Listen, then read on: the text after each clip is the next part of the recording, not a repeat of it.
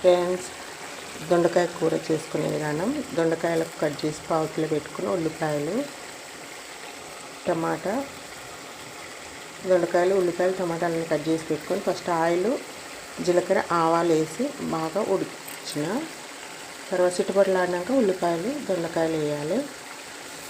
వేసి అవి బాగా ఫ్రై అయ్యాక తర్వాత టమాటా వేసుకోవాలి. టమాటా వేసిన తర్వాత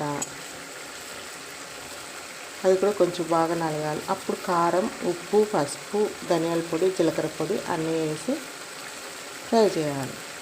తర్వాత అల్లం వెల్లుల్లి పేస్ట్ కూడా వేసి పచ్చి వాసన పోయేదాకా వేసుకున్నాక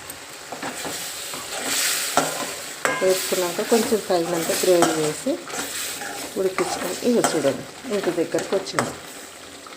ఇప్పుడు దొండకాయ తెలంగాణ స్టైల్ దొండకాయలు కర్రీ రెడీ. మీకు ఇలాంటి వీడియోలు కావాలంటే మరిన్ని కామెంట్ చేయండి, సబ్స్క్రైబ్ చేయండి ఫస్ట్. ఓకేనా ఫ్రెండ్స్?